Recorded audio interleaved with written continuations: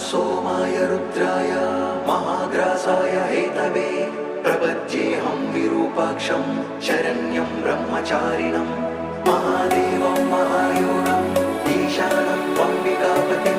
योगिनां योगदाकारं योगमाया समावृतम्